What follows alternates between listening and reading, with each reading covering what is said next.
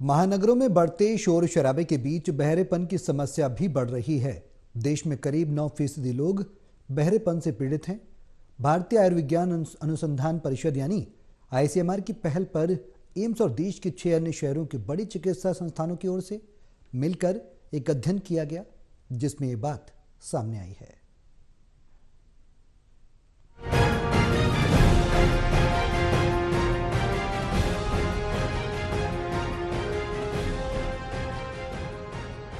महानगरों में बढ़ते शोर शराबे के बीच बहरेपन की समस्याएं भी बढ़ रही हैं। देश में करीब 9% लोग बहरेपन से पीड़ित हैं।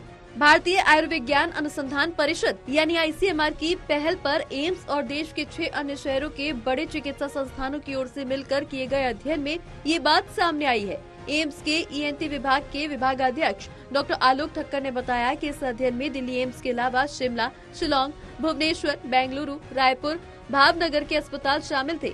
इन जगहों पर 90,000 लोगों पर अध्ययन किया गया, जिसमें 50% शहरी और 50% ग्रामीण आबादी को शामिल किया गया। अध्ययन में शामिल सभी लोगों के कान के सुनने की क्षमता की जांच कराई गई। इस दौरान पाया गया कि 9% लोगों को एक या दोनों कान से सुनने में समस्या है।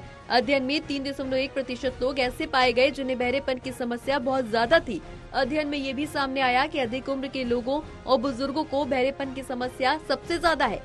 कैंसर से बचने के लिए तो एक तो ये है कि प्रिवेंशन में मेन जो ओरल कैंसर का जो इम्पोर्टेंट थिंग जो है वो टोबैको, स्मोकलेस टोबैको, जो जिस तरीके से ओरल इंटेक लेते हैं वो ज़्यादा ख़राब है। अगर ये प्रिवेंट करेगा तो इंसिडेंस शायद कम हो जाना चाहिए। स्मोकलेस टोबैको के कारण ही वो इंसिडेंस काफ़ी बढ़ रहे हैं आजकल।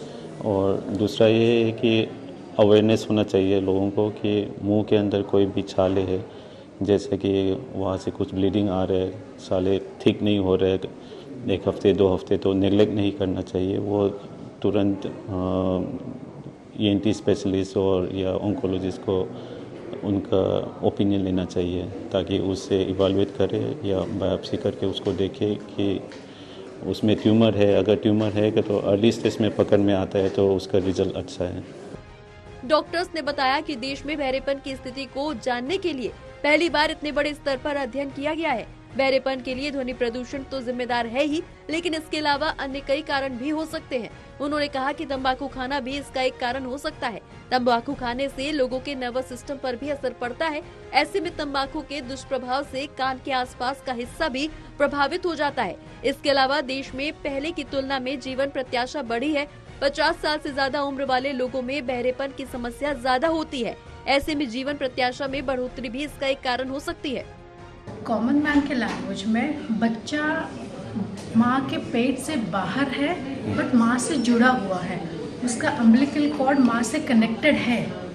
सो ये भी बोल सकते हैं बच्चा माँ से अलग नहीं हुआ है बट माँ के पेट से बाहर है, और तब उसको बाहर निकाल के उसकी ब्रीदिंग की जो सांस लेने का जगह है उसमें जगह बनाया जाता है, ताकि बच्चा अपने आप से सांस ले पाए। माँ के पेट से बाहर होने के बाद भी सांस ले पाए, वो प्रोसीजर, वो ऑपरेशन करा जाता है।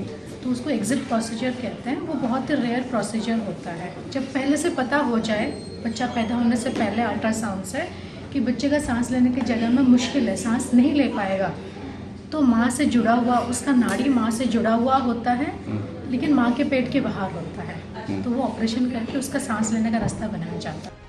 इसके अलावा ऊंची आवाज में स्पीकर, लाउड स्पीकर इत्यादि बजाना बहरेपन का कारण बन सकता है। अध्ययन में ये भी पाया गया कि अब कान बहने की बीमारी पहले की तुलना में बहुत कम हो गई है। इसका कारण शरीर की स्वच्छता और साफ सफाई बढ़ना है।